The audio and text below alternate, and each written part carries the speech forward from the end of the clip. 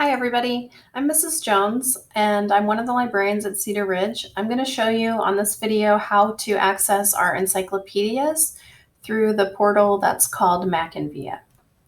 So you'll see I'm on the Cedar Ridge website. Up in the top right, I'm going to click on Library. And along the top, you'll see some different tabs. You want to skip the Curbside Service tab and click on the one that says Research Resources. This is one way to enter through Macinvia. And I like to show this way to students because it has this information right here, which is helpful if you forget how to log into Macinvia. The directions say right here to use your student number without the S for your username and your password. Okay, so I'm going to go ahead and click into Macinvia and get logged in with my student number only for both boxes. And then I'm going to say login. And once you're in Macinvia, you should know that it houses everything electronic that has to do with the library. It houses all of our ebooks and our audiobooks that are fiction, which is awesome, but that's not helpful when you're doing research. So anytime you're doing research, as soon as you go in, you need to click on databases. You want to let it know that that's all you want for your search results. So the first encyclopedia that we're going to look at today is Britannica, and the second one is called World Book. When we go into encyclopedias, you should know that they're very basic first step research places. You don't want to use only an encyclopedia for a research project in high school or in college. It's just a good place to start and explore from. You can think of an encyclopedia as kind of being like a dictionary, but instead of defining words, an encyclopedia defines topics or ideas or things, okay? So here's Britannica. I'm going to say open now. And you'll see you can explore topics if you don't know what you're interested in. They change these out on the homepage all the time. But if you're like me, you're going to go straight to the search box because you already know what you're researching. So I'm going to just imagine I'm researching asthma. So I'm typing in asthma, and here are my results. You can see at the top, it's displaying 1 through 10 of 88 results. And then I've got these tabs.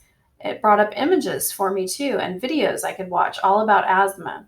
But let's open up the article itself. This first one is going to be the most relevant to whatever I typed in. And here's the article on asthma. I can scroll all the way down. You'll see subheadings. I really like Britannica because of these subheadings. It kind of tells you different sections of the article so you know whether or not you need to read the whole thing. But the very top is going to tell me the very basic. In case I don't have any idea what asthma is, this is where I would get that information, okay? The other thing I really love about Britannica is that they have this feature called Image Quest, where they provide really cool images that you can use in your research project. So if I click on an image like this, and let's say I want to insert that into my presentation, I did not make this image, so I have to make sure that I give credit by citing it.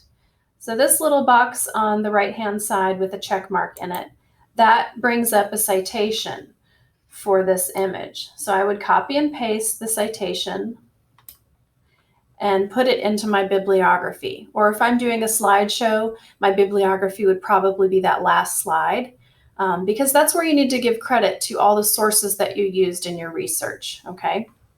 That proves that you are a researcher and you did your homework. Okay, if I'm using an article, I'm going to look for the same thing, whether or not I summarize or paraphrase what I read from this article. I have to give credit to the person who wrote this or the company that authored it. I could take a direct quote or I could summarize. You know, I didn't come up with this information on asthma on my own from my own head. So I have to give credit to whoever gave me this information. And I'm going to look for that checkbox again. Click on that, and there's my citation. I would copy and paste this right into my bibliography. And that tells my teacher, whoever is grading my assignment, that they could look up this article on asthma. I got it from Britannica School, from Encyclopedia Britannica. And it even has the date that I brought up the article. Okay, so that is Britannica. I wanted to show you the other encyclopedia that we have at Cedar Ridge, and that's going to be at the very bottom. I have to say load more because it starts with a W. It's all the way at the end, and it's called World Book Encyclopedia.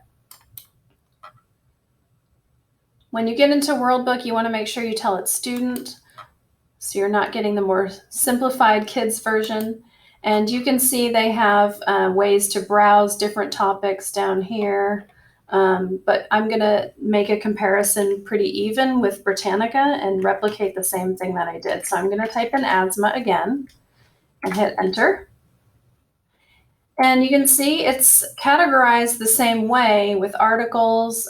There's images, videos. They've got a couple more options than Britannica. But instead of having the tabs across the top like Britannica, it's the same thing. It's just in a different place on the left. And here's my encyclopedia article. It's just a preview. I'm going to say read more. Here's the full article.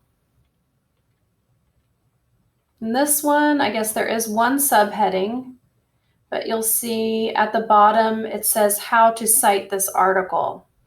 So if I end up using this information in my research or even my pre-research, I would click on this link, and here it brings up the citation. You'll probably be using MLA. You have to ask your teacher what style they prefer, but you can see it's all provided for you. If they want you to use APA, you would just copy and paste this citation for your bibliography. Okay? So the same thing will happen if I go back and I use an image for my presentation. I also need to cite my images.